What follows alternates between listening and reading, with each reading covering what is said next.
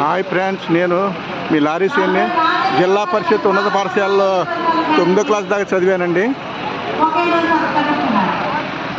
మీ పాత ఫ్రెండ్స్ అంతా కలుసుకున్నాం. ఇప్పుడు అందరం 100 సంవత్సరాలు అయింది ఇక్కడ.